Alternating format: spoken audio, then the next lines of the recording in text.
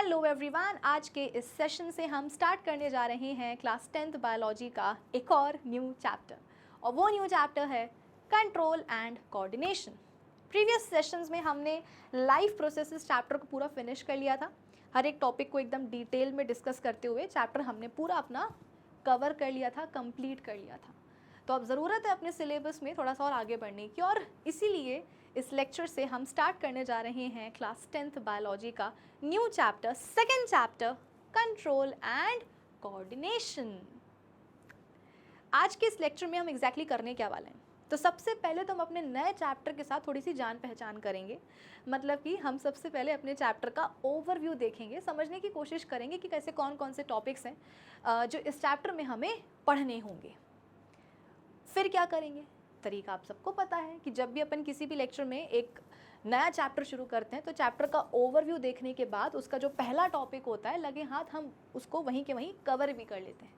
तो बस same pattern हम आज भी फॉलो करेंगे। मतलब कि चैप्टर का ओवरव्यू देखने के बाद जो इसका पहला टॉपिक है सेल्स ऑफ नर्वस सिस्टम, वो भी हम कवर कर लेंगे आज के ही इस लेक्चर में। तो बस यही है हमारे आज के इस सेशन का टारगेट। होपफुली आप सभी को समझ में आया होगा। तो अब एक काम करते हैं ना, अपने इसी टारगेट को अचीव करने के लिए करते हैं अपने सेशन की शुरुआत। So this is Vibhuti Khare, welcome to definite success Pathshala, एक ऐसा प्लेटफॉर्म जहाँ पर आपको प्रोवाइड करवाई जाती है एकदम क्वालिटी एजुकेशन, एक ऐसा प्लेटफॉर्म जहाँ पर एक चीज़ डेफिनेट है और वह है आप सभी की सक्सेस।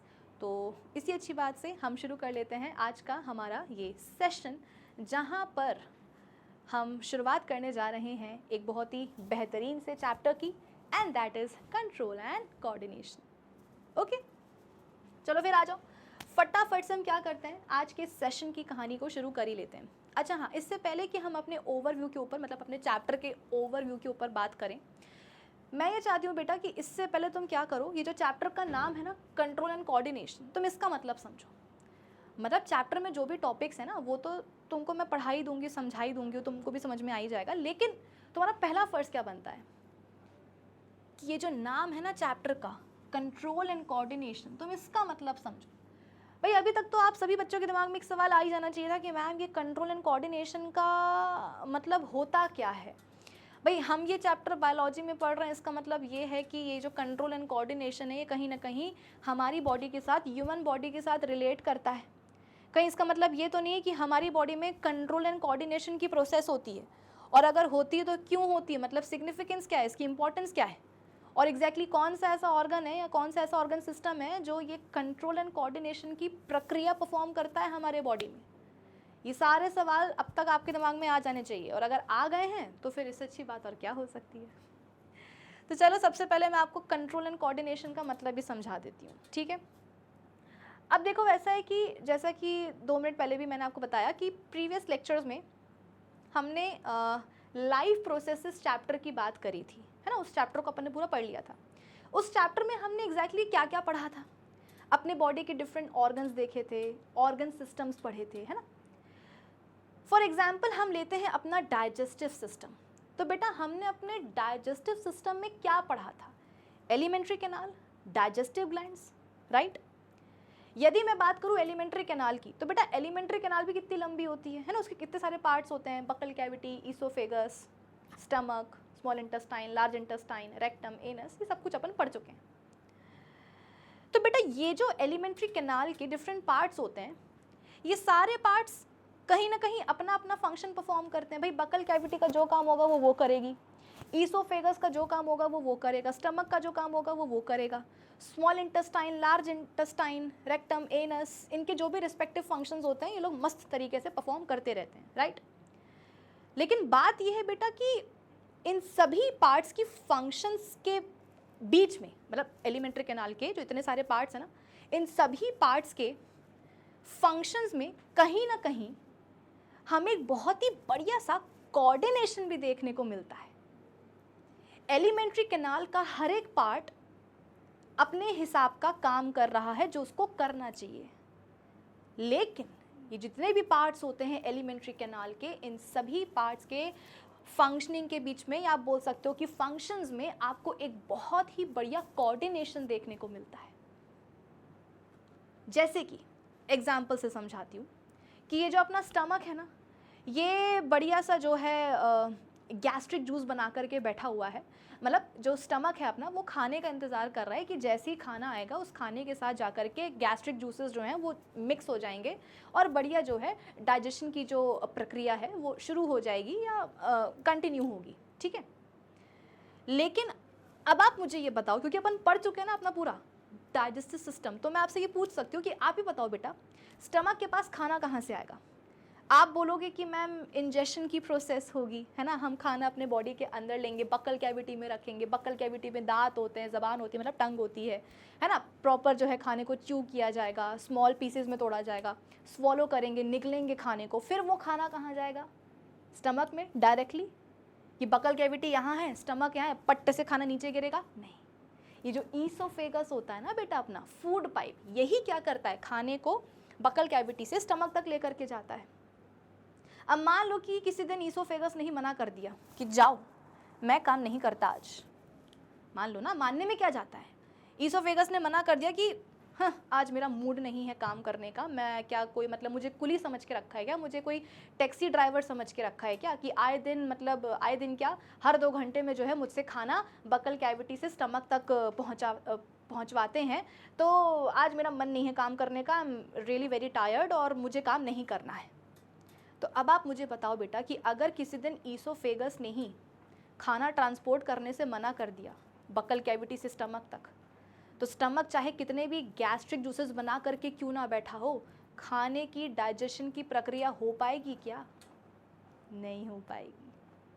क्यों? क्योंकि बेटा जैसा कि मैंने आपको बताया कि एलिमेंट्री कैनाल के जो इतने सारे पार्ट्स हैं सब अपना अपना काम करते हैं, लेकिन उन कामों के बीच में क्या होता है, एक कोऑर्डिनेशन होता है कि नहीं होता, कि अगर एक ठीक से काम नहीं करेगा तो दूसरे के काम में भी उसका क्या होगा, असर नज़र आएगा। अगर ईसोफेगस ने काम नहीं किया तो स्टमक भी बोलेगा कि यार ये क्या मजाक बना के रखा हुआ है, हम निकाल के बैठे हैं, हम बना के बैठे हैं गैस्ट्रिक जूसेस, लेकिन खाना आया ही नहीं है हमारे पास। वहीं स्मॉल इंटेस्टाइन में भी वही दिक्कत हो रही है भाई, अगर स्टमक में ही खाना नहीं पहुंचा बेटा तो फिर स्मॉल इंटेस्टाइन में भी कहाँ से आएगा? स्मॉल इंटेस्टाइन भी चिल्लाएगी वहाँ से कि भाई मैंने तो लिवर से बाइल भी लेकर के रख लिया है, पेनक्रियास से पेनक्रियाटिक जूस भी आ गया है, इंटेस्टाइनल जूसेस भी जो है आ चुके हैं, लेकिन जिसको करना है डाइजेस्ट वो तो आया ही नहीं। यानी कि एक के काम ना करने से दूसरों के ऊपर असर पड़ता है कि नहीं पड़ता बेटा? तो इसी को तो बोलते हैं कोऑर्डिनेशन। आई बात समझ में? पर अब नेक्स्ट क्वेश्चन ये बनता है, एक एग्जाम्पल तुम्हें समझ में आ गया, आप चाहो तो रेस्पिरेटरी सिस्टम का भी एग्जाम्पल देख सकते हो। रेस्पिरेटरी सिस्टम में भी अपन ने क्या करा है, रेस्पिरेटरी ट्रैक्ट पूरा पढ़ा है ना, कि नोस्ट्रल्स हो गया, नेजल पैसेज हो गया, फेरिंग्स हो गया, ट्रैकिया हो गया, लैरिंग्स हो गए, ठीक है, लंग्स हो गए, ये सब कुछ अपन ने पूरा पढ़ रखा है। तो जो अपना रेस्पिरेटरी ट्रैक्ट है बेटा उसके भी अलग अलग कॉम्पोनेंट्स होते हैं, सब कॉम्पोनेंट अपने अपने हिस्से का काम करते हैं, लेकिन उन फंक्शंस के बीच में भी क्या होता है, कोऑर्डिनेशन देखने को मिलता है। तो कुल मिला करके कहने का मतलब बस इतना सा निकलता है कि यार कोऑर्डिनेशन की जो प्रोसेस है ना, कोऑर्डिनेशन जो है वो हमारी बॉडी में होता है। डिफरेंट जो ऑर्गन्स हैं, ऑर्गन सिस्टम्स हैं, उनकी फंक्शनिंग में कोऑर्डिनेशन देखने को मिलता ही मिलता है। बट सवाल ये है कि यार ये कोऑर्डिनेट कर कौन रहा है? मान लिया कि बॉडी में इतने सारे ऑर्गन्स हैं, सिस्टम्स हैं, सब अपना अपना काम कर रहे हैं, लेकिन उन कामों में कोऑर्डिनेशन होता है, पर ये कर कौन रहा है कोऑर्डिनेशन? कौन इतने अच्छे तरीके से पूरी बॉडी को कोऑर्डिनेट कर रहा है, कौन कंट्रोल कर रहा है, ये समझने वाली बात है। एक और एग्जांपल देती हूँ, मान लो कि यहाँ पर एक डॉगी खड़ा हुआ है, ठीक है, मान लो कि यहाँ पर एक डॉगी खड़ा हुआ है। वैसे तो डॉग्स कुछ नहीं करते, लेकिन कभी कभी वो भी एकदम से पगला जाते हैं ना, बिल्कुल पता नहीं क्या होता है उनको, वो भी बिल्कुल काटने को दौड़ते हैं। तो मान लो कि मैं ऐसे आ रही थी और यहाँ पे एक डॉग खड़ा हुआ है और वो मुझे एकदम से देख करके भौंका, तो ऑब्वियस सी बात है मैं डर जाऊंगी, ठीक है। अब अगर यहाँ पर डॉग खड़ा हुआ है और यहाँ से मैं जा रही हूँ, उसको देख के मैं डर गई हूँ कि उसने मुझ पर भौंका, तो बेटा मेरा कोई ना कोई रिएक्शन तो निकलेगा ना। या तो मैं उसको भगाऊंगी वहाँ से कि हट जा, भग जा यहाँ से, या फिर मैं खुद भग जाऊंगी कि बाप रे कुत्ता अगर पीछे पड़ गया काट लेगा तो होगा कि नहीं होगा। मतलब कुछ ना कुछ तो रिएक्शन मेरा आएगा ना, कि अगर एक डॉग खड़ा है यहाँ पर, वो मुझ पर भौंक रहा है बेवजह, मैंने तो कुछ किया भी नहीं था, तो मेरा कुछ ना कुछ तो रिएक्शन आएगा। या तो मैं उसको भगा दूंगी या मैं खुद भग जाऊंगी। तो बेटा ये जो रिएक्शन मेरा निकलेगा, ये कौन निकाल रहा है? आप बोलोगे कि मैम आपका रिएक्शन है तो आप ही निकालोगे, हाँ मैं तो निकालूंगी, लेकिन एग्जैक्टली कौन? बेटा मेरी बॉडी में, ह्यूमन बॉडी में तो बहुत कुछ होता है। लाइफ प्रोसेसेस चैप्टर में इतने सारे सिस्टम्स, इतने सारे ऑर्गन्स देखेंगे नहीं देखे, इतने सारे टिश्यूज अपन 9th क्लास से पढ़ते आ रहा है बायोलॉजी में। तो तुम ही बताओ एग्जैक्टली कौन होगा जो मुझे इस रिएक्शन को निकालने में हेल्प करेगा? इस रिएक्शन के पीछे होगा कौन? वही जो बॉडी में कोऑर्डिनेशन का काम कर रहा है। बात समझ में आ रही कि नहीं आ रही? अभी तुमको मैंने पहले एग्जांपल क्या दिया कि बॉडी में इतने सारे ऑर्गन्स है, सिस्टम्स है, सबके अपने अपने काम है, लेकिन उन सभी के फंक्शंस के बीच में क्या होता है? कोऑर्डिनेशन देखने को मिलता है। तो कुछ ना कुछ तो है हमारी बॉडी में जो कोऑर्डिनेशन का काम कर रहा है, और जो काम कर रहा है कोऑर्डिनेशन का, वही काम क्या करेगा बेटा? मेरी बॉडी से रिएक्शन निकलवाने का भी करेगा। कि अगर डॉग ये खड़ा है, वो मुझ पे भौंक रहा है, तो या तो मैं भागूंगी या तो मैं उसको मारूंगी, मैं कुछ ना कुछ तो करूंगी। जो भी मेरा रिएक्शन निकलेगा वो रिएक्शन वही चीज़, वही एक एलिमेंट मेरा बॉडी में जो निकाल रहा होगा, जो बॉडी में कोऑर्डिनेशन भी करता है डिफरेंट ऑर्गन्स के फंक्शंस के बीच में। आई बात समझ में? एक और एग्जाम्पल देखते हैं। अब मान लो कि दो लड़के खड़े हैं, ठीक है, दो बॉयज़ यहाँ पे खड़े हुए हैं, लड़का 1 लड़का 2। इसने इसको जाकर के थप्पड़ मार दिया। अरे लड़कों में सब चलता है ना बेटा, है ना? तो दो लड़के हैं, इसको जाकर के थप्पड़ मार दिया। अब तुमको क्या लगता है, इसको थप्पड़ पड़ा है तो ये चुप बैठेगा क्या? हो सकता है कि एकदम क्राई बेबी हो तो चलो रोने लग जाए कि मुझे मार दिया, मुझे मार दिया, लेकिन कब तक रोएगा? कभी ना कभी तो इसको एहसास होगा ना अंदर से कि अरे ये तो मेरी बेइज्जती हो गई है। तो ये भी क्या करेगा? ये भी तो जाकर के उसको मार सकता है ना भाई। Every action has an equal and opposite reaction, ये अपन क्लास 9 फिजिक्स से पढ़ते आ रहे हैं, यस और नो? तो अगर ये इसको जाकर के थप्पड़ मारेगा तो ये भी तो इसको जाकर के कुछ ना कुछ रिएक्शन देगा ना। तो आप मुझे बताओ बेटा ज़रा कि इस इंसान को, इस लड़के को किसने कहा था अपना रिएक्शन लाने के लिए? या तो ये रोएगा भाई, कुछ ना कुछ तो रिएक्ट करेगा ना किसी ना किसी तरीके से, क्योंकि उसको थप्पड़ पड़ा है। या तो ये रोएगा, इतना रोएगा कि बिल्कुल ही गिर जाएगा रो रो के, बिल्कुल बेहाल हो जाएगा कि मुझे मार दिया, मुझे मार दिया। या फिर ये उल्टा उससे लड़ाई करने लग जाएगा। तो आप ही मुझे बताओ कि रिएक्शन ला कौन रहा है इसके अंदर?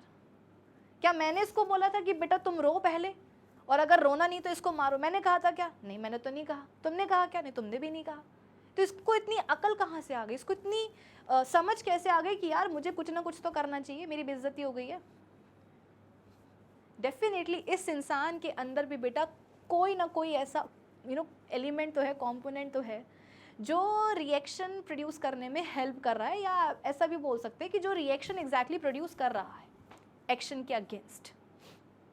ठीक है, अब मान लो चलो ठीक है, अब बहुत यहाँ वहाँ की बातें हो गई। अब मैं आपको बता ही देती हूँ कि ये जो कंट्रोल एंड कोऑर्डिनेशन की जो पूरी प्रक्रिया है हमारी बॉडी में हो तो रही है ना, ज़रूरी भी है ऑफ कोर्स। तो ये कर कौन रहा है?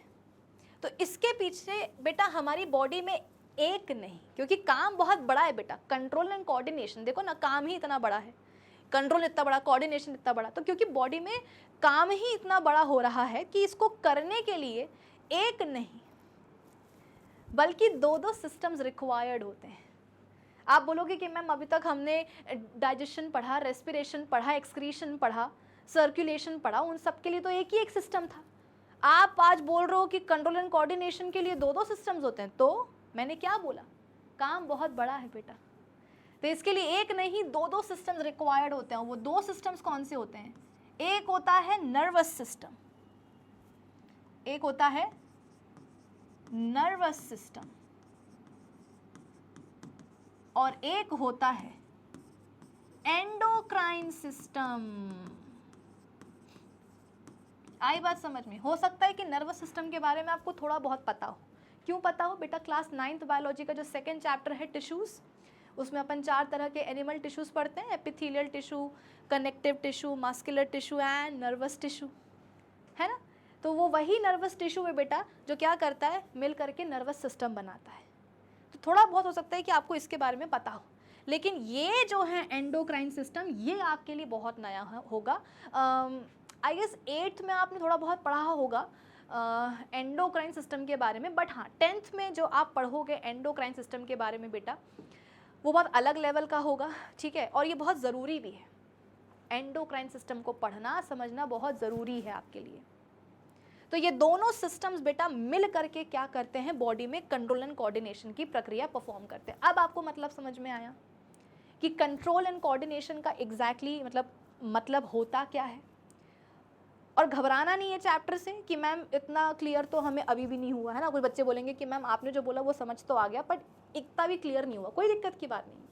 चैप्टर अभी हमने पढ़ना शुरू कहाँ किया है। जैसे जैसे हम चैप्टर पढ़ते जाएंगे, टॉपिक्स इसके कवर होते जाएंगे, अपने आप आपको कंट्रोल का मतलब, कोऑर्डिनेशन का मतलब कैसे होता है हमारी बॉडी में, सबको समझ में आता जाएगा। बस अभी के लिए इतना ध्यान रख लो कि हाँ भाई, कंट्रोल एंड कोऑर्डिनेशन की प्रक्रिया होती है हमारी बॉडी में, और इसके लिए एक नहीं दो सिस्टम्स रिक्वायर्ड होते हैं जो मिल करके क्या करते हैं, बॉडी में ये काम करेंगे। वो दो सिस्टम्स कौन से होते हैं, nervous system and endocrine system.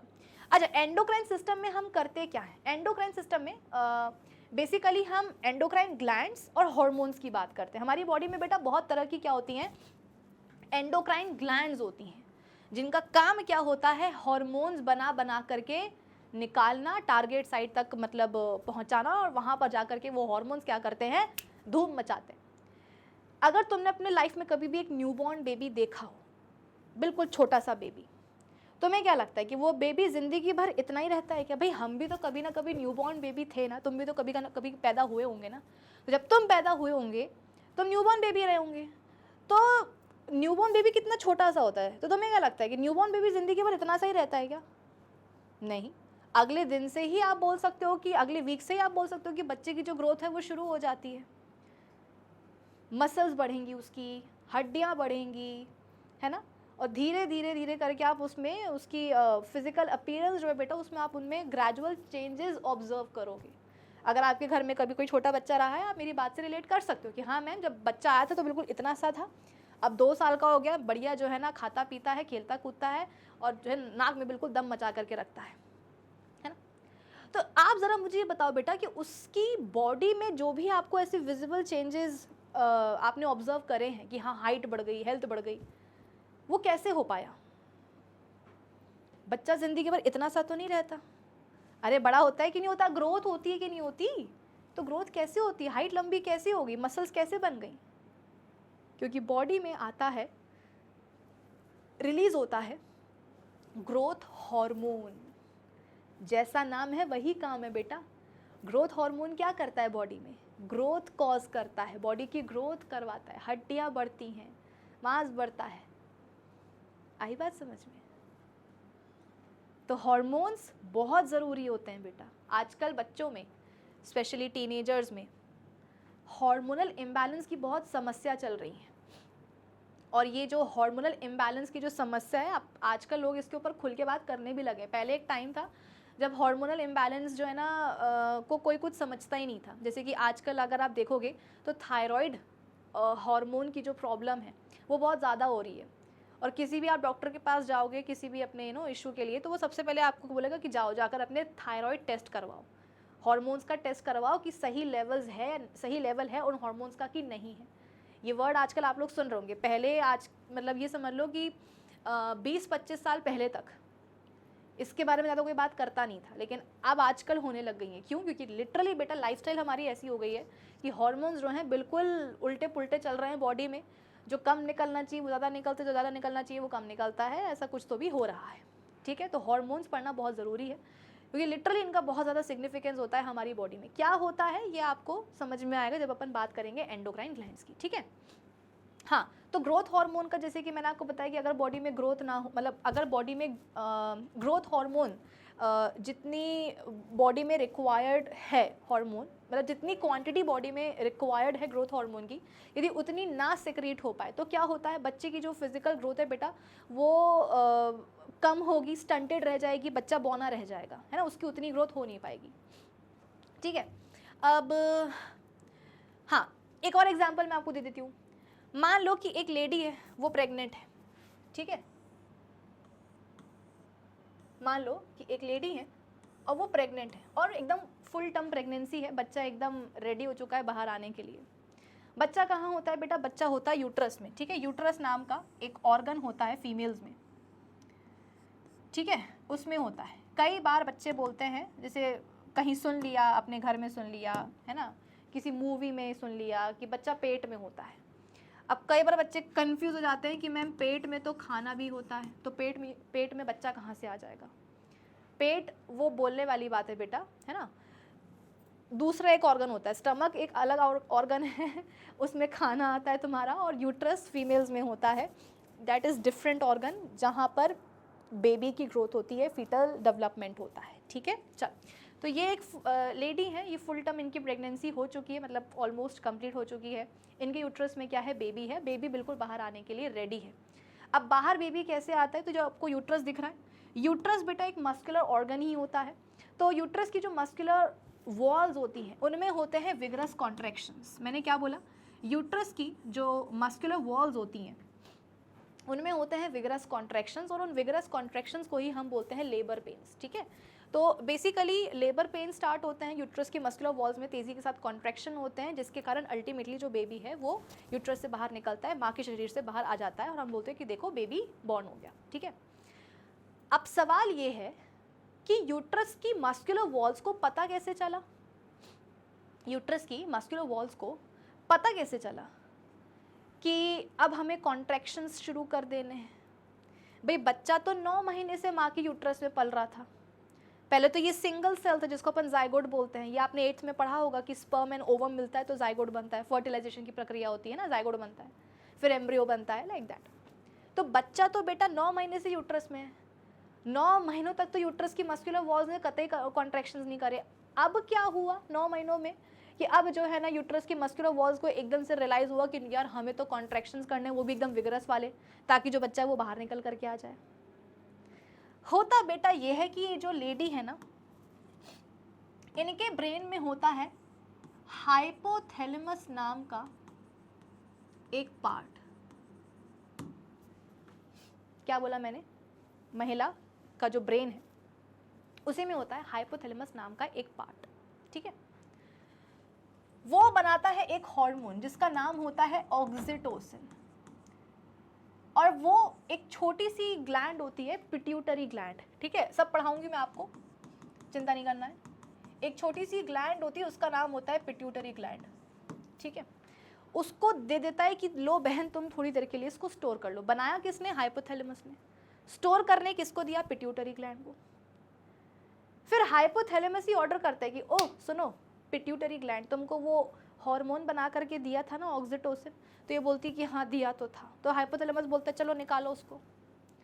तो ऑक्सीटोसिन हार्मोन को बेटा ये पिट्यूटरी ग्लैंड रिलीज कर देती है, सेक्रेट कर देती है। ये हार्मोन इसके पैर तो होते नहीं है, तो जाहिर सी बात है बेटा, जो ब्लड होता है ना, ब्लड तो तुमको पता ही, अपन ने पिछले चैप्टर में पढ़ाई है ब्लड के बारे में, है ना। कनेक्टिव टिश्यू होता है, हर जगह उसका क्या होता है, व्यवहार होता है, हर जगह उसके कनेक्शन होते हैं। तो ब्लड बोलता है कि देखो ऐसा है ना। देखो पिट्यूटरी ग्लैंड की भी ना बहुत ही बुरी हालत होती है। ये ग्लैंड बोलती है कि यार हार्मोन तो है मेरे पास, और हाइपोथैलेमस से ऑर्डर भी आया उसको निकालने का, पर मैं यूट्रस तक पहुंचाऊं कैसे। तो ब्लड बोलते हैं कि चिंता मत करो बहना, मैं तो जा ही रहा हूँ यूट्रस के पास, तुम कहो तो तुम्हारा हार्मोन वहीं छोड़ दे जा करके। तो ग्लैंड बोलती है कि हाँ प्लीज़ भैया, अगर तुम ऐसा कर सको तो मेरी तुम बहुत ही हेल्प कर दोगे, बहुत बड़ी वाली। तो एग्जैक्टली वही होता है कि ये जो हार्मोन है ऑक्सीटोसिन, ये बेटा ब्लड में बैठ करके कहाँ आ जाता है, यूट्रस के लेवल तक आ जाता है। और जहाँ ये यूट्रस के लेवल तक आया, यही हार्मोन यूट्रस की मस्कुलर वॉल्स को स्टिमुलेट कर देगा, और जहाँ मस्कुलर वॉल्स स्टिमुलेट हुई, कॉन्ट्रैक्ट करना शुरू कर देंगी। आई बात समझ में, मैंने क्या कहा था, हार्मोन्स बहुत इंपॉर्टेंट होते हैं। जितने कॉन्ट्रैक्शंस बढ़ेंगे बेटा, ब्रेन को उतना ही सिग्नल भेजेगा। ब्रेन में जो हाइपोथैलेमस है वो क्या करेगा, और ज़्यादा पिट्यूटरी ग्लैंड को जाके बोलेगा कि और ऑक्सीटोसिन हार्मोन निकालो, और ज़्यादा ऑक्सीटोसिन हार्मोन आएगा। जितना ज़्यादा आएगा उतना यूट्रस की जो मस्कुलर वॉल्स है वो क्या करेंगी, स्टिमुलेट होकर के और विगरसली कॉन्ट्रैक्ट करेंगे, और अल्टीमेटली बच्चा बाहर ही आ जाएगा। तो यहाँ पर आपने हार्मोन को भी देखा, ऑक्सीटोसिन को, कि उसने क्या किया, और आपने ब्रेन का जो हाइपोथैलेमस है उसको भी देखा। यानी कि यहाँ पर आपने नर्वस सिस्टम और एंडोक्राइन सिस्टम के बीच में एक रिलेशन देखा। मैंने क्या बोला, कंट्रोल एंड कोऑर्डिनेशन कौन करते हैं, ये दोनों सिस्टम्स मिलके करते हैं। लेकिन बेटा ये दोनों सिस्टम ना एकदम अलग अलग नहीं होते हैं, इनके बीच में कोई खानदानी दुश्मनी नहीं चल रही होती है। ये सिस्टम्स भी आपस में बेटा रिलेटेड ही होते हैं। और इसका एक बहुत ही अच्छा एग्जाम्पल तुमको मैंने अभी अभी दिया। ऑक्सीटोसिन एक हार्मोन है, लेकिन उसका रिलीज कब होना है कब नहीं होना ये डिसाइड करने वाला कौन होता है? ब्रेन का हाइपोथैलेमस। समझ में आई बात? चल, तो कुल मिलाकर के बेटा आपको चैप्टर में क्या करना है? नर्वस सिस्टम और एंडोक्राइन सिस्टम पढ़ना है। एंडोक्राइन सिस्टम में अपन क्या करेंगे? एंडोक्राइन ग्लैंड्स और उनके रिस्पेक्टिव हार्मोन्स पढ़ेंगे। एक लेक्चर होगा एंडोक्राइन ग्लैंड्स और उनके हार्मोन्स का, ज़्यादा नहीं, सिर्फ एक ही होगा। और उस एक लेक्चर में मैं तुमको ग्लैंड्स और उनके रिस्पेक्टिव हार्मोन्स और उनके काम क्या होते हैं सब कुछ पढ़ा दूंगी। ठीक है, चलो, ऊपर से हमने चैप्टर को समझ लिया। अब आ जाओ अपन टॉपिक्स को देख लेते हैं स्पेसिफिकली। अच्छा, शुरुआत कहाँ से करेंगे बेटा? शुरुआत करेंगे अपन नर्वस सिस्टम के साथ। ठीक है, तो नर्वस सिस्टम को जो बनाने वाले सेल्स होते हैं, आप सभी को पता है कि सेल्स होते हैं, उनका ग्रुप क्या बनता है? टिश्यूज क्या करते हैं? ऑर्गन बनाते हैं। ऑर्गन मिलकर क्या करते हैं? ऑर्गन सिस्टम्स बनाते हैं, है ना, लाइक दैट। तो नर्वस सिस्टम को बनाने वाले जो सेल्स होते हैं, सबसे पहले अपन उनके बारे में देखेंगे। ठीक है, नर्वस सिस्टम को जो बनाने वाले सेल्स होते हैं, सबसे पहले अपन उनको देखेंगे। ये अपने आज के लेक्चर का टॉपिक रहेगा। ठीक है,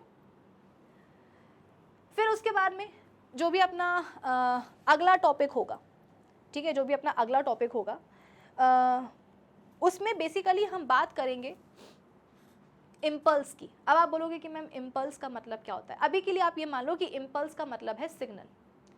इम्पल्स का मतलब है सिग्नल। ठीक है, जैसे कि यहाँ पर एक या यहाँ पर नहीं, मैं अपने ऊपर क्यों बिठाऊँ, मान लो कि यहाँ पर एक कॉकरोच पड़ा हुआ है, जिंदा है, मरा हुआ नहीं है। ठीक है, यहाँ पर एक कॉकरोच है। अब यहाँ पर एक कॉकरोच है, मुझे उसको मारना है या मुझे उससे दूर भागना है, ये मुझे कैसे पता चलेगा? तो यहाँ पर जो कॉकरोच है बेटा, उसकी जो इन्फॉर्मेशन है वो पता है कहाँ जाती है? नर्वस सिस्टम के पास जाती है। अच्छा, नर्वस सिस्टम में तुम्हें बेसिकली पढ़ना क्या होगा? ब्रेन एंड स्पाइनल कॉर्ड के बारे में। ब्रेन एंड स्पाइनल कॉर्ड के बारे में। ये मत समझना कि मैम नर्वस सिस्टम में बस यही होता है, ब्रेन एंड स्पाइनल कॉर्ड। होता तो बहुत कुछ है, लेकिन 10th में तुम्हें सिर्फ यही दोनों पढ़ना है, इससे ज़्यादा नहीं पढ़ना है। ठीक है, तो यहाँ पर एक कॉकरोच है, इसकी जानकारी कहाँ जाएगी? मेरे नर्वस सिस्टम के पास जाएगी, मेरे ब्रेन, मेरी स्पाइनल कॉर्ड के पास जाएगी। ब्रेन क्या करेगा? उस जानकारी की प्रोसेसिंग करेगा कि यार पिछले बार, मतलब ब्रेन जो है अपने पुराने कच्चे चिट्ठे निकालेगा कि यार पिछले बार एक ऐसा ही जीव जो है आया था सामने, और जो है वो उड़ करके बिल्कुल ही गाल पे आके बैठ गया था, बड़ा खतरनाक टाइप का ये ऑर्गेनिज्म है, इसको तो मारो या इससे तो दूर भाग जाओ। चलो, ब्रेन ने जो है डिसाइड करा है कि इससे दूर भाग जाओ। ठीक है, अब वो जो ब्रेन का ऑर्डर है बेटा, वो कहाँ जाएगा? वो जाएगा मेरे पैरों की मसल्स के पास। हाथ पाँव की मसल्स को अपन क्या बोलते हैं? Skeletal muscles, right. तो मेरे पाँव की मसल्स के पास ब्रेन का वो ऑर्डर जाएगा, जिसके कारण मेरे पैरों की जो मसल्स है वो रिलैक्स कॉन्ट्रैक्ट करेंगी, मतलब कि मेरे पैर ऐसे ऐसे चलेंगे, और उस चलने से क्या होगा? मैं कॉकरोच से दूर भाग जाऊंगी। तो ये जो जानकारी कि कॉकरोच है यहाँ पर मेरे नर्वस सिस्टम के पास गई है, नर्वस सिस्टम का जो ऑर्डर था जो मेरी मसल्स तक पहुँचा, ये एग्जैक्टली कैसे पहुँचता है? तो सिग्नल के फॉर्म में, और उसी सिग्नल को अपन क्या बोल देते हैं? इम्पल्स। तो अगला जो लेक्चर होगा बेटा ऊपर, उसमें बात करेंगे किसकी? इम्पल्स की, कि इम्पल्स क्या चीज़ है, बॉडी में कैसे जनरेट होती है, ट्रैवल कैसे करती है, प्रोपोगेशन कैसे होता है इम्पल्स का हमारी बॉडी में। ठीक है, चलो, फिर उसके बाद में अपन बात करेंगे रिफ्लेक्स एक्शंस की, इनवॉलेंट्री एक्शंस की, इनवॉलेंट्री एक्शंस की। रिफ्लेक्स एक्शंस क्या होता है? गरम कोई बर्तन रखा हुआ है यहाँ पर, मेरा हाथ गलती से उससे टच हो गया, तो टच होगा तो क्या होगा भाई? सपोज ये गरम बर्तन रखा हुआ है, उसको मैंने गलती से टच कर दिया, तो तुरंत क्या करूँगी? मैं अपना हाथ वापस खींचूंगी कि नहीं खींचूंगी? क्यों? गरम है ना। अगर ज़्यादा देर तक चिपका के रखा तो हाथ ही बेटा मेरा चिपक जाएगा, उसमें जल जाएगा। तो क्या करूँगी? तुरंत अपने हाथ को वापस ऐसे खींचूंगी। इसको बोलते हैं रिफ्लेक्स एक्शन। ठीक है, वहीं कुछ एक्शंस ऐसे भी होते हैं हमारी बॉडी में जो एंटायरली हमारे कंट्रोल में होते हैं। जैसे कि अभी मेरा मन है खड़े रहने का, तो मैं खड़ी हूँ, मेरे हाथ पाँव की जो मसल्स हैं, जो बोन्स हैं, उनको मैं बोल रही हूँ कि भाई मुझे खड़े होना है, तो मुझे होना है खड़े, तो मुझे बैठा नहीं सकते। वहीं अगर मेरा मन कर गया बैठने का, तो मैं बैठ जाऊँगी, मुझे रोका किसने है ना। वहीं अगर मेरा मन है हाथ ऊपर करने का तो मैं अपने हाथ ऊपर कर सकती हूँ। मतलब कुछ ऐसे एक्शंस होते हैं हमारी बॉडी में जो एंटायरली हमारी इच्छा में होते हैं, हमारे कंट्रोल में होते हैं कि हमारा मन है तो हम वो करेंगे, नहीं मन होगा तो नहीं करेंगे। वहीं कुछ एक्शंस ऐसे भी होते हैं जो एंटायरली हमारे विल के आउट ऑफ कंट्रोल होते हैं। जैसे कि अपना हार्ट है, जब से पैदा हुए तब से क्या कर रहा है, पंप कर रहा है, बीट कर रहा है।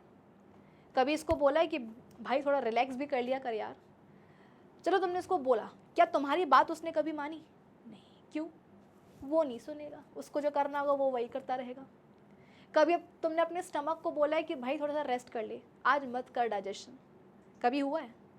क्यों? उसका जो काम है वो करेगा, तुम्हारी नहीं सुनेगा, है ना। तो ऐसे अपन वॉलंटरी एंड इनवॉलंटरी एक्शंस को पढ़ते हैं, ठीक है। इनके ऊपर बात करेंगे बेटा। फिर उसके बाद में हम बात करेंगे अपने ह्यूमन नर्वस सिस्टम की। अच्छा, ह्यूमन नर्वस सिस्टम भी बेटा जैसे कि मैंने आपको बताया था कि बहुत वास्ट है। 10th के लेवल पर सिर्फ आपको ब्रेन एंड स्पाइनल कॉर्ड पढ़ने होते हैं, ठीक है। इसके भी टाइप्स होते हैं, मतलब नर्वस सिस्टम के भी आप बोल सकते हो कि नहीं, टाइप्स नहीं, पार्ट होते हैं। CNS, PNS, central nervous system, peripheral nervous system, ठीक है। ये सब अपन पढ़ेंगे। मेन आपको क्या पढ़ना है, सेंट्रल नर्वस सिस्टम, जिसमें कि ब्रेन और स्पाइनल कॉर्ड आते हैं। मेन आपको यही पढ़ना है, इससे ज़्यादा नहीं पढ़ेंगे। अब इसके बाद में फिर हम बात करेंगे प्लांट्स की। आप बोलोगे कि मैम प्लांट्स में क्या है कंट्रोल एंड कोऑर्डिनेशन? अरे वो देखा तुमने, टच मी नॉट प्लांट, छुई मुई का पौधा। जैसे ही तुम उसकी पत्तियों को टच करके आते हो, पत्तियां फोल्ड होके ऐसे नीचे झुक जाती।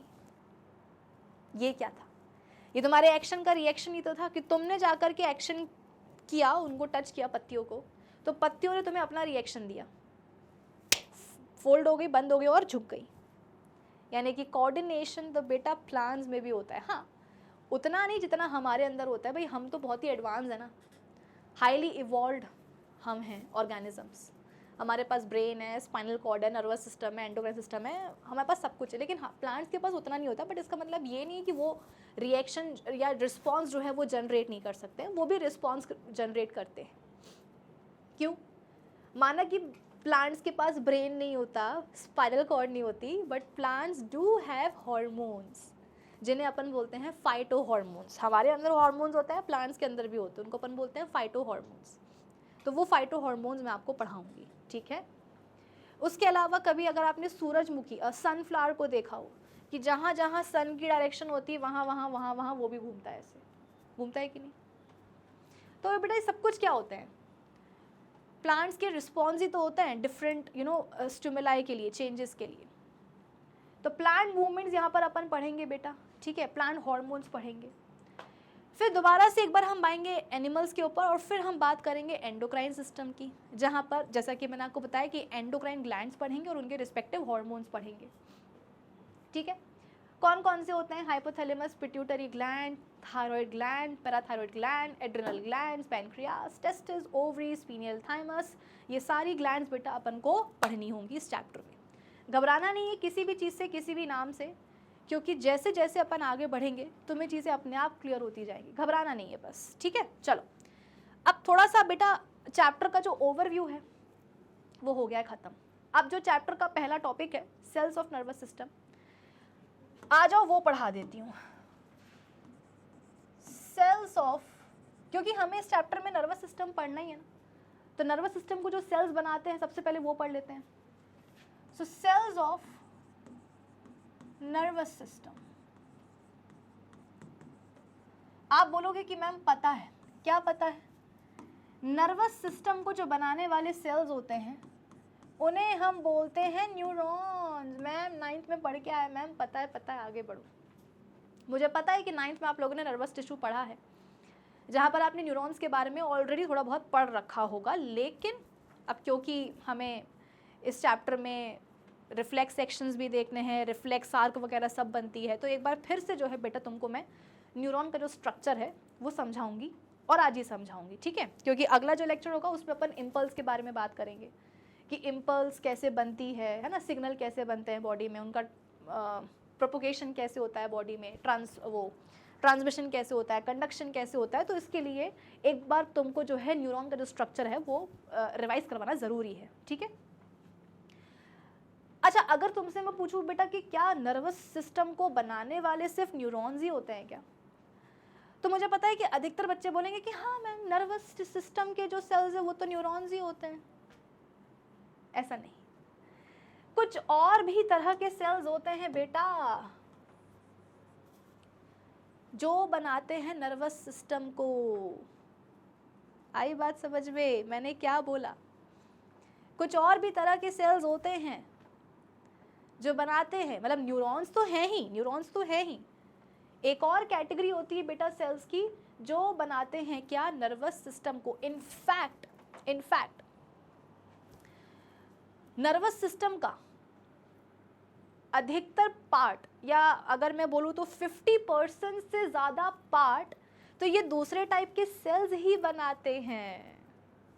हमें लगता है ऐसा कि नर्वस सिस्टम में सिर्फ और सिर्फ न्यूरॉन्स होते हैं। बेटा न्यूरॉन्स तो होते हैं, लेकिन उनके अलावा और भी कुछ सेल्स होते हैं जो नर्वस सिस्टम का मोर देन 50% तक का पार्ट बनाते हैं।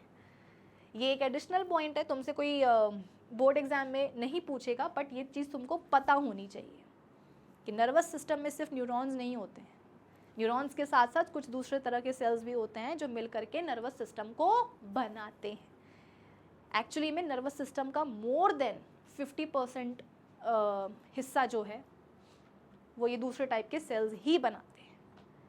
ठीक है, चलो आ जाओ, अब अपन बात कर लेते हैं बेटा न्यूरॉन्स की। ठीक है, न्यूरॉन की अगर शेप या उसके स्ट्रक्चर की बात करूं मैं, तो कैसा होता है आप बता सकते हो मुझे? न्यूरॉन को मैं बोलती हूं star like shape with a tail. क्या बोला मैंने? स्टार लाइक शेप, या बॉडी भी बोल सकते हो, star like body with a tail. मतलब टिपिकल जो अपने बॉडी के जो सेल्स होते हैं ना, उनसे न्यूरॉन का शेप स्ट्रक्चर काफ़ी डिफरेंट होते हैं। जैसे कि अगर मैं आपसे बोलूँ कि ज़रा बनाओ बेटा एक एनिमल सेल बनाओ, तो तुम क्या करोगे? ऐसा बना दोगे कि मैम देखो एनिमल सेल।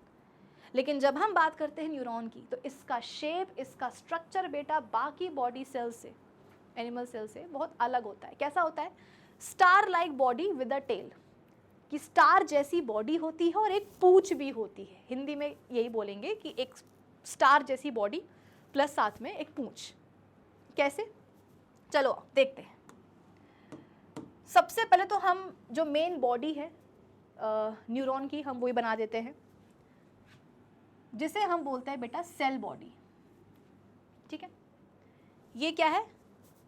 मैं अब बना रही हूं न्यूरॉन का स्ट्रक्चर। उसके स्ट्रक्चर का एक पार्ट मैंने बनाया है जिसे हम बोलते हैं क्या? Cell body. इसे हम बोलते हैं बच्चों cell body. This is cell body. एक और नाम होता है इसका साइटोन। साइटोन। आप बोलोगे कि मैम याद करना है क्या साइटोन भी? जी हाँ, जो भी आज पढ़ा रही हूँ सब कुछ याद करना है ना। ऑप्शन नहीं है कि मैम ये याद ना करे तो चलेगा क्या? नहीं, बिल्कुल भी नहीं चलेगा, तुम्हें याद करना पड़ेगा। ठीक है, तो ये है बेटा, मैं अब बनाने लग गई हूँ न्यूरॉन का स्ट्रक्चर। उसके स्ट्रक्चर का पहला कॉम्पोनेंट मैंने बना दिया है, जिसको हम बोलते हैं क्या? सेल बॉडी, और यू कैन से साइटोन। ठीक है, अब जाहिर सी बात है बेटा, हम एक सेल का स्ट्रक्चर बना रहे हैं, तो उसमें तुम्हें न्यूक्लियस, साइटोप्लाज्म, ऑर्गेनल्स, ये सब कुछ तो देखने को मिलेगा ही मिलेगा, है ना। तो आ जाओ सब अपन ड्रॉ कर लेते हैं। यहाँ पर जो बेटा मैंने साइटोन या सेल बॉडी बनाई है ना, इसी में तुम्हें देखने को मिलता है क्या?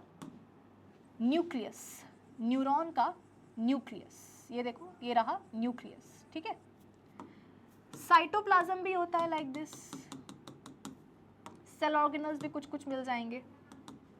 ठीक है, तो ये सब यहाँ पर मैं मेंशन कर देती हूँ कि ये है साइटोप्लाज्म, ये है न्यूक्लियस। एक इंपॉर्टेंट चीज जो तुम्हें यहाँ पर याद रखनी है, न्यूरॉन के साइटोप्लाज्म में तुम्हें यहाँ पर देखने को मिलते हैं नीसल्स ग्रैन्यूल्स। यहाँ देखने को तुमको मिलते हैं नीसल्स ग्रैन्यूल्स। अब आप बोलोगे कि मैम ये नीसल्स ग्रैन्यूल्स क्या होते हैं? बेटा ये क्लस्टर्स होते हैं राइबोसोम्स के और एंडोप्लाज्मिक रेटिकुलम के। आई बात समझ में? भाई सेल है ना, तो सेल के अंदर बस देखो तुम शेप पे मत जाओ, तुम स्ट्रक्चर पे मत जाओ कि मैम शेप ऐसा है और स्ट्रक्चर ऐसा है तो मतलब यहाँ पर भी राइबोसोम्स, मैम यहाँ पर भी न्यूक्लियस। अरे सेल तो सेल होता है ना बेटा, तो सेल में तो तुम्हें साइटोप्लाज्म मिलेगा ही मिलेगा, न्यूक्लियस मिलेगा ही मिलेगा, सेल ऑर्गेनल्स मिलेंगे ही मिलेंगे, तो फिर इसमें क्या दिक्कत की बात है, ठीक है। तो साइटोन में, सेल बॉडी में तुमको ये न्यूक्लियस दिख रहा है तुमको साइटोप्लाज्म, और इसी साइटोप्लाज्म में यहाँ पर तुम्हें कुछ ग्रैन्यूल्स देखने को मिलते हैं जिन्हें हम बोलते हैं बच्चों नीसल्स ग्रैन्यूल्स। यहाँ पे साइड में थोड़ा सा लिख के बता रही हूँ, नीसल्स granules, नीसल्स granules.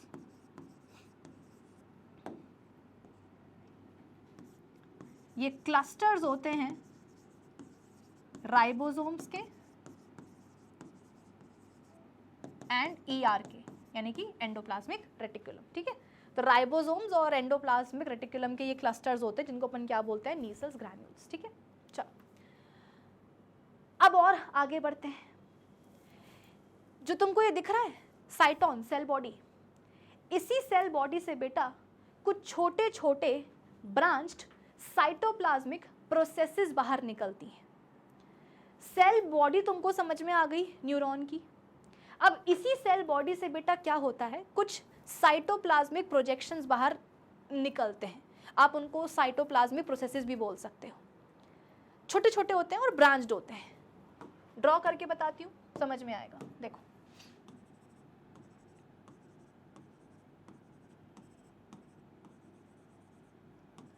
Like this, colour हम थोड़ा सा चेंज कर लेते हैं ताकि आप डिफरेंशिएट कर पाओ। चलो ये देखो,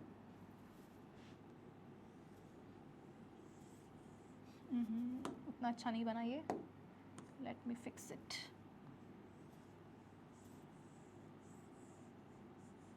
ये कुछ इस तरीके से दिख रहा है क्लियरली। आई होप ये कलर तुमको विजिबल हो।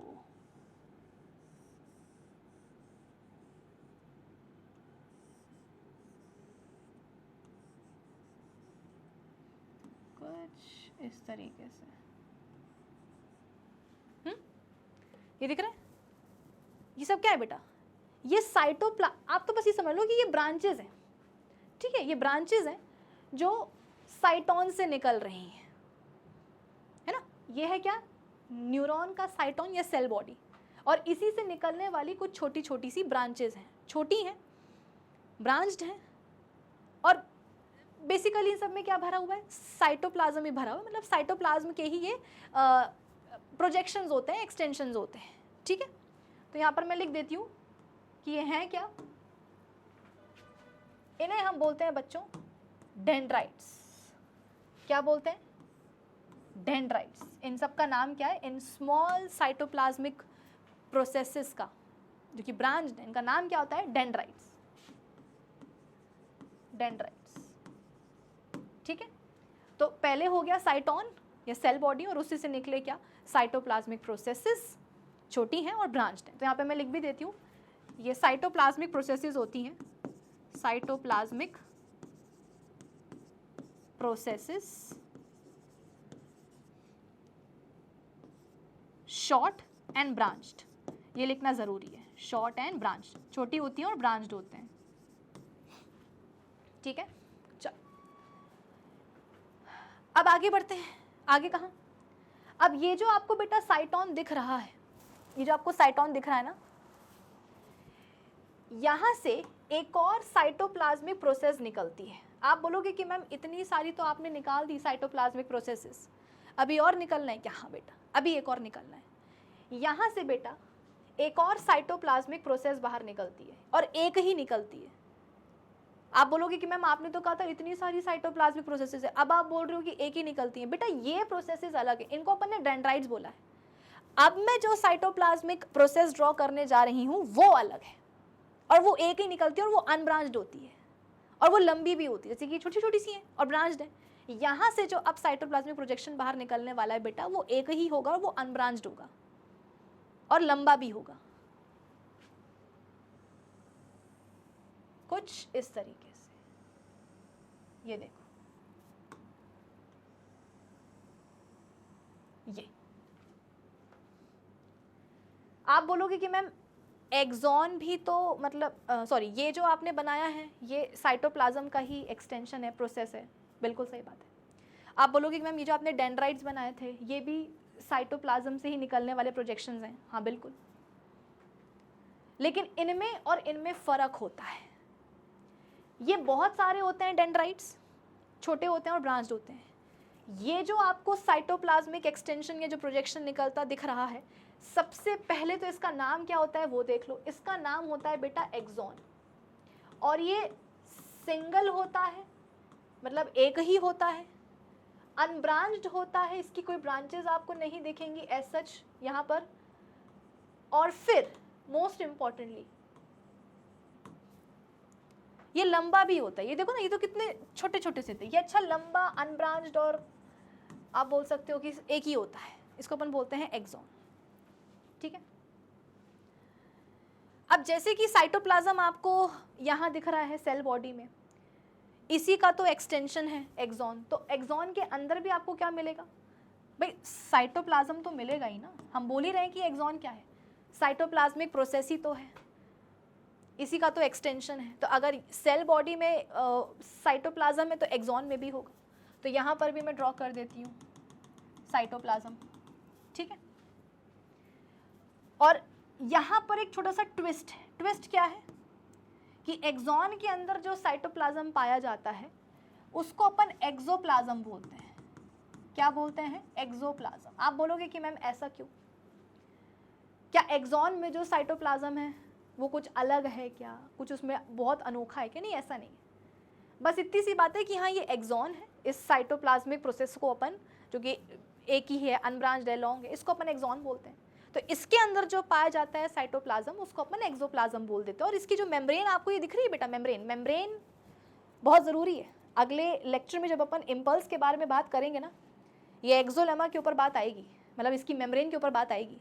तो ये नाम अभी से याद कर लो कि एक्सॉन की जो आपको मेम्ब्रेन दिख रही है इसको अपन बोलते हैं एक्सोलेमा, इसको अपन बोलते हैं एक्सोलेमा।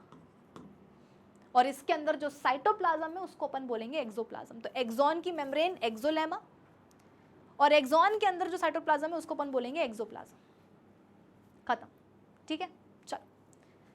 अब होता क्या है बेटा, ये भी अपने टर्मिनल एंड पर जाकर के, एक्सॉन भी अपने टर्मिनल एंड पर जाकर के कुछ ब्रांचेस में डिवाइड हो जाता है, कुछ ब्रांचेस में ऐसे डिवाइड हो जाता है। ये देखो लाइक दिस, ये भी अपने एंड पे जाकर के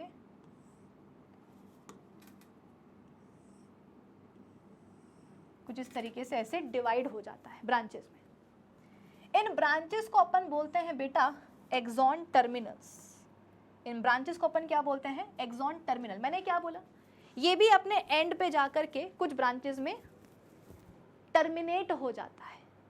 वैसे एंटायर लेंथ में इसकी कोई ब्रांच आपको निकलती हुई नहीं दिखेगी, मैंने लिखा ही कि क्या होता है, अनब्रांच होता है, लेकिन अपने एंड पर जाकर के ये भी कुछ ब्रांचेस में ऐसे टर्मिनेट हो जाता है। और उन ब्रांचेस को अपन क्या बोलते हैं? Axon terminal. जैसे कि ये एक ब्रांच, इसको अपन क्या बोलेंगे? Axon terminal. ये भी दूसरी, इसको अपन क्या बोलेंगे? ब्रांच को एक्सॉन टर्मिनल। इसको भी अपन क्या बोलेंगे? Axon terminal. तो एक्सॉन अपने एंड पर जाकर के कुछ ब्रांचेस में टर्मिनेट हो जाता है, और उन्हीं ब्रांचेस को अपन बोलते हैं एक्सॉन टर्मिनल्स। क्या बोलेंगे बेटा? Axon terminals. अब हर एक एक्सॉन टर्मिनल के, हर एक एक्सॉन टर्मिनल के एंड पर आपको एक फूला हुआ सा स्ट्रक्चर देखने को मिलता है, लाइक दिस। हर एक एक्सॉन टर्मिनल के एंड पर आपको एक फूला सा स्ट्रक्चर देखने को मिलता है, स्वॉलन स्ट्रक्चर देखने को मिलता है। स्वॉलन का मतलब क्या है? फूला हुआ, सूजा हुआ। तो हर एक एक्सॉन टर्मिनल के एंड पर यहाँ पर आपको एक फूला सा, सूजा हुआ सा स्ट्रक्चर देखने को मिलता है, और इसी स्वॉलन स्ट्रक्चर को हम बोलते हैं सिनैप्टिक नॉब। क्या बोलते हैं? Synaptic knob. ये दिख रहा है, ये हो गया एक सिनैप्टिक नॉब, ये हो गया दूसरा, ये हो गया तीसरा। तो ये सब क्या हो गया बेटा? Synaptic knobs. इन नॉब्स की खास बात क्या होती है? इसमें होते हैं कुछ वेसाइकल्स। क्या होते हैं? वेसाइकल्स। जिन्हें हम बोलते हैं सिनेप्टिक वेसाइकल्स। भाई ठीक है ना, सिनेप्टिक नॉब्स में जो वेसाइकल्स पाए जा रहे हैं उनको अपन सिनेप्टिक वेसाइकल्स तो बोल ही सकते हैं, तो इन्हें अपन बोलते हैं सिनेप्टिक वेसाइकल्स। इनकी खास बात क्या है, इनमें कुछ एक तरीके के केमिकल्स भरे होते हैं। इन सिनेप्टिक वेसाइकल्स में कुछ एक तरीके के केमिकल्स भरे होते हैं और उन केमिकल्स को हम बोलते हैं न्यूरोट्रांसमीटर। ये सारी बेटा चीज़ें बहुत ज़रूरी हैं, पता है क्यों? अगले लेक्चर में न्यूरोट्रांसमीटर जगह नहीं है, थोड़ा पीछे करके लिखना पड़ेगा। अगले लेक्चर में जब अपन इम्पल्स के कंडक्शन जनरेशन की इन सब की बात करेंगे ना, तो ये सब चीज़ तुम्हें वहाँ पर काम आने वाली है, इसलिए अभी से चलते हुए मतलब अभी से सीखते हुए आगे बढ़ो, ठीक है। न्यूरोट्रांसमीटर,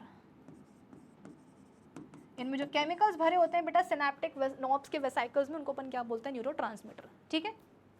तो एक बार रिवाइज करवा देती हूँ क्या क्या पढ़ लिया हमने। सबसे पहले हमने पढ़ी क्या? सेल बॉडी, जिसको अपन साइटोन भी बोल सकते हैं।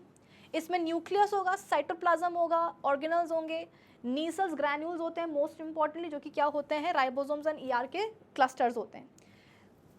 यहीं से कुछ शॉर्ट मतलब साइटोन से ही, सेल बॉडी से ही कुछ शॉर्ट ब्रांच्ड साइटोप्लाज्मिक प्रोसेसेस बाहर निकलती हैं, जिन्हें अपन बोलते हैं डेंड्राइट्स, ठीक है। फिर साइटोन से ही एक और साइटोप्लाज्मिक प्रोसेस बाहर निकलेगी, जो एक ही होगी, अनब्रांच्ड होगी और लंबी होगी। इसे हम बोलेंगे एक्सॉन। इसकी मेम्ब्रेन को एक्सोलेमा कहते हैं और इसके अंदर जो साइटोप्लाज्म भरा होता है उसको अपन एक्सोप्लाज्म बोलते हैं। ये भी अपने टर्मिनल एंड पे जाकर के या एंड पर जाकर के कुछ ब्रांचेस में टर्मिनेट हो जाता है और उन ब्रांचेस को अपन क्या बोलते हैं? Axon terminal. हर एक एक्सॉन टर्मिनल के एंड पर आपको एक स्वॉलन स्ट्रक्चर देखने को मिलेगा, जिसको अपन बोलेंगे सिनेप्टिक नॉब। इन सिनेप्टिक नॉब्स की खास बात क्या होती है कि इनमें होते हैं सिनेप्टिक वेसाइकल्स, और सिनेप्टिक वेसाइकल्स में कुछ एक तरह के केमिकल्स भरे होते हैं जिनको अपन बोलते हैं न्यूरोट्रांसमीटर्स, ठीक है। अच्छा, अब आ जाओ बेटा किसके ऊपर? एक्सॉन के ऊपर। वापस से आओ एक्सॉन के ऊपर। अच्छा हाँ, एक चीज और, ये वाला पोर्शन आपको दिख रहा होगा बेटा, जहां से एक्सॉन की शुरुआत हुई है, इस पार्ट को अपन बोलते हैं axon hillock. Axon hillock, hillock का मतलब क्या होता है? जहां से कोई ऐसे पहाड़ी ऐसे शुरू हुई हो, उसको अपन, उस जगह को अपन हिलॉक बोलते हैं, ठीक है। तो ये वाला पार्ट न्यूरॉन का, जहां से मतलब साइटोन से आप बोल सकते हो कि एक्सॉन की शुरुआत हुई है, उसको अपन बोलेंगे एक्सॉन हिलॉक, ठीक है। अब देखो, इस एक्सॉन की एंटायर लेंथ के अलोंग कुछ सेल्स होते हैं बेटा, कुछ सेल्स होते हैं जो एक्सॉन को पूरा कवर करते हैं। एक्सॉन की एंटायर लेंथ में बेटा एक तरह के सेल्स पाए जाते हैं जो उसकी पूरी लंबाई को कवर करते हैं। कुछ इस तरीके से दिखते हैं वो, मैं ड्रॉ करके आपको बता देती हूँ। यहाँ देखिए,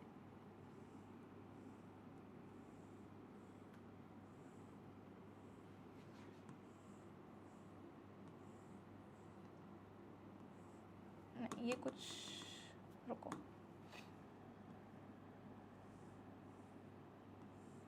लाइक दिस, ये दिख रहा है आपको? ये कुछ अलग टाइप के सेल्स हैं बेटा, ये कुछ अलग टाइप के सेल्स हैं जो न्यूरॉन के एक्सॉन को, एक्सॉन की बात हो रही बेटा, एंटायर न्यूरॉन की बात नहीं हो रही कि तुम यहाँ से लेकर के वहाँ तक जो है ना फैला दो ये सारे सेल्स, नहीं, सिर्फ एक्सॉन की बात हो रही है। तो एक्सॉन की एंटायर लेंथ को ये क्या करते हैं? कुछ इस तरीके से कवर करते हैं, और इन्हीं सेल्स को हम बोलते हैं बेटा श्वैन सेल्स। क्या बोलते हैं? श्वैन सेल्स।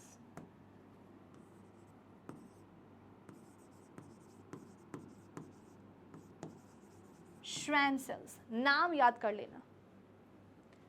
एक्सॉन है, एक्सॉन की पूरी लंबाई को कुछ स्पेशल टाइप के सेल्स होते हैं जो ऐसे इस तरीके से कवर करते हैं। जैसे कि देखो, ये एक्सॉन है, ठीक है, ये एक्सॉन है, तो एक जैसे कि श्वान सेल आया और उसने एक्सॉन को कुछ ऐसे कवर कर लिया। ये एक्सॉन है और एक श्वान सेल आया और उसने कुछ इस तरीके से ऐसे कवर कर लिया, लाइक दैट। तो बहुत सारे ऐसे श्वान सेल्स होते हैं जो मिल करके क्या करेंगे? एक्सॉन की पूरी लेंथ को कुछ इस तरीके से कवर कर लेंगे, ठीक है। अब होता यह है बेटा, देयर आर सर्टेन न्यूरॉन्स, या आप तो से समझ लो। अब ये जो श्वान सेल्स होते हैं, अच्छा हाँ, मैंने आपको, अगर आपको याद हो तो बताया था कि नर्वस सिस्टम सिर्फ न्यूरॉन्स का नहीं बना होता, कुछ और भी टाइप के सेल्स होते हैं जो नर्वस सिस्टम का इनफैक्ट मोर देन 50% तक हिस्सा बनाते हैं, है ना। तो उन्हीं दूसरे तरह की जो सेल्स की कैटेगरी है ना बेटा, उसी कैटेगरी में आते हैं ये श्वान सेल्स। आप खुद ही देख लो ना, न्यूरॉन का हम स्ट्रक्चर समझ रहे हैं, लेकिन उस स्ट्रक्चर में भी क्या है, कुछ दूसरे तरह के सेल्स आ रहे हैं। ये दूसरे तरह के सेल्स ही बेटा, जो श्वान सेल्स है ना, वो इस दूसरी कैटेगरी में आते हैं। आई बात समझ में? चल, बेसिकली जो यहाँ पर सेल्स की कैटेगरी होती है ना बेटा, जो दूसरी कैटेगरी होती है ना, जैसे कि एक हो गए न्यूरॉन्स, दूसरे होते हैं न्यूरोग्लियल सेल्स। क्या होते हैं? Neuroglial sales. एक हो गए न्यूरॉन्स, और दूसरे टाइप के सेल्स जो मोर देन 50% बनाते हैं नर्वस सिस्टम का, उन्हें अपन बोलते हैं न्यूरोग्लियल सेल्स। तो एक्चुअली श्वान सेल्स क्या है? श्वान सेल्स न्यूरोग्लियल सेल्स ही हैं, ठीक है, जो क्या करेंगे, एक्सॉन की पूरी लेंथ को कुछ इस तरीके से कवर करेंगे। अब देखो क्या होता है, श्वान सेल्स जो होते हैं बेटा, एक तरह का लिपिड रिच सब्सटेंस सेक्रीट करते हैं। ये श्वान सेल्स ही एक वाइट कलर का लिपिड रिच सब्सटेंस सेक्रीट करते हैं, जिसको अपन बोलते हैं माइलिन। क्या बोलते हैं? माइलिन। वो माइलिन क्या करता है, जाकर के एक्सॉन के ऊपर इकट्ठा होता जाता है। जैसे कि देखो, ये है एक्सॉन और ये है श्वान सेल्स, ठीक है, जो मेरे हाथ है ना, ये क्या है? Schwann cells.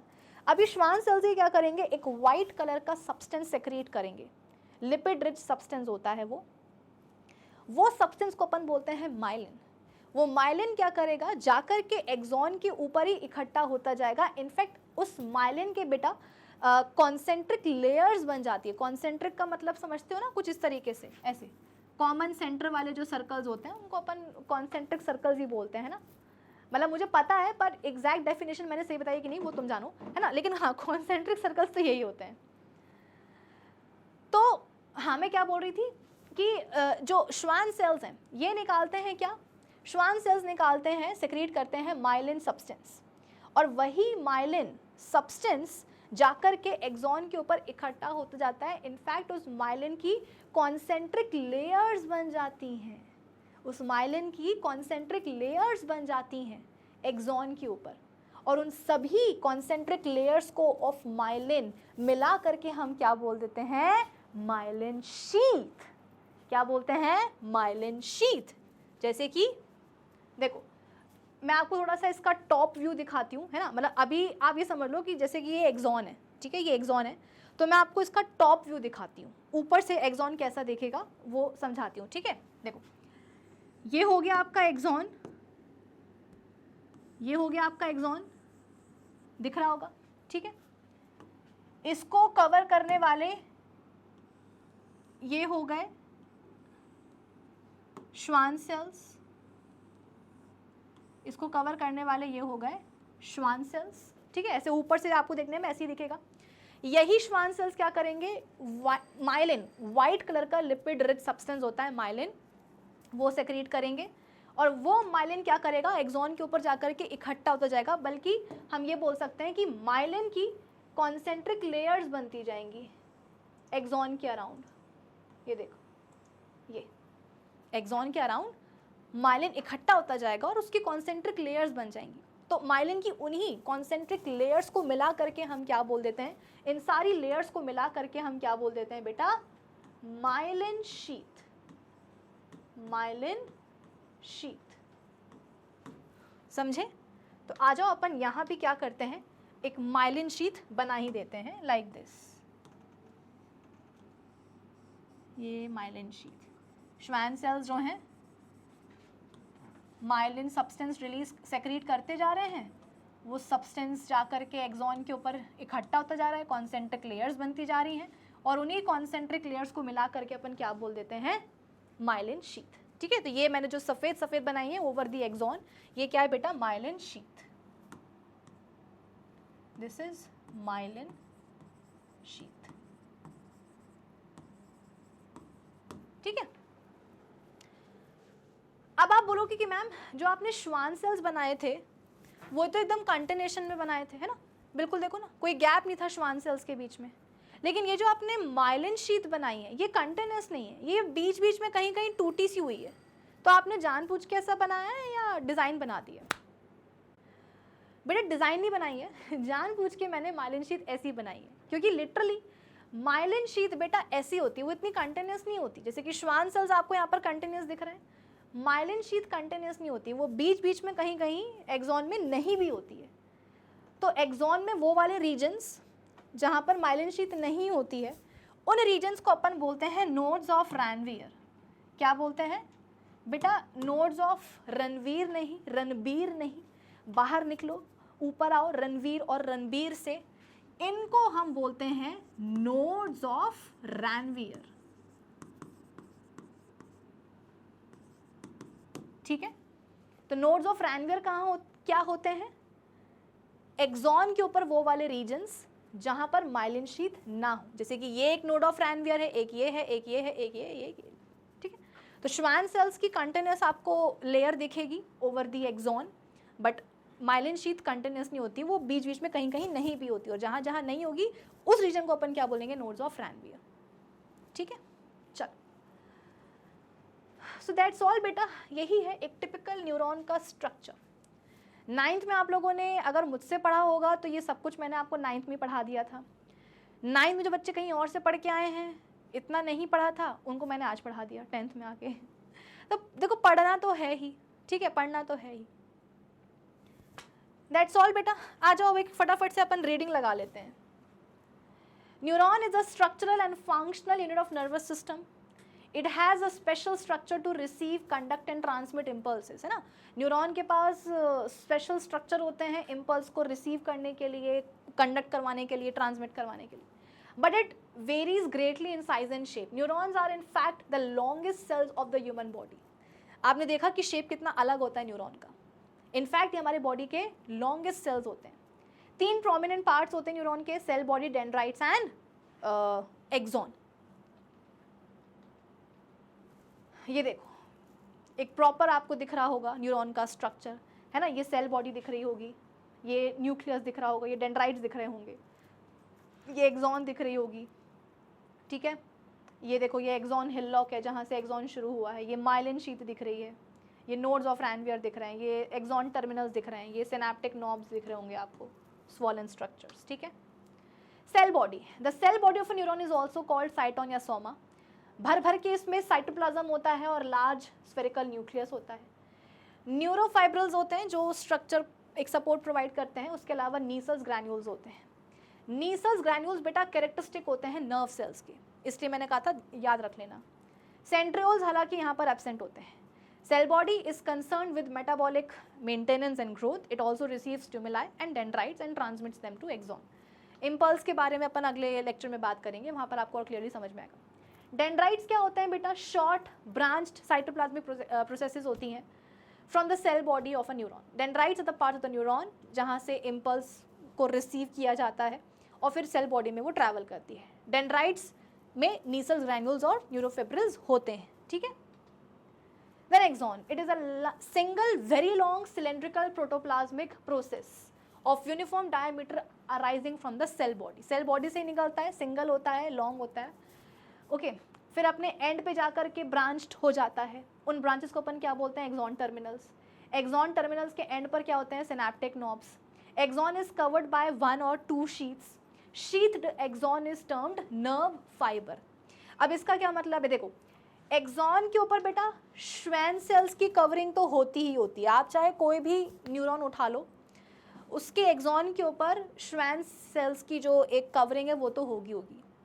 कुछ न्यूरॉन्स ऐसे होते हैं जिनमें श्वैन सेल्स जो होते हैं वो माइलिन नहीं निकालते हैं। श्वैन सेल्स तो हर न्यूरॉन के एक्सॉन के ऊपर होते हैं, लेकिन कुछ ऐसे न्यूरॉन होते हैं जिनमें जो श्वैन सेल्स होते हैं ना वो माइलिन नहीं निकालते, तो उन न्यूरॉन के एक्सॉन के ऊपर आपको माइलिन शीथ नहीं मिलेगी। तो ऐसे न्यूरॉन को अपन क्या बोल सकते हैं? Non myelinated neuron. क्यों? क्योंकि एक्सॉन के ऊपर माइलिन शीथ नहीं है, श्वैन सेल्स हैं, माइलिन शीथ नहीं है।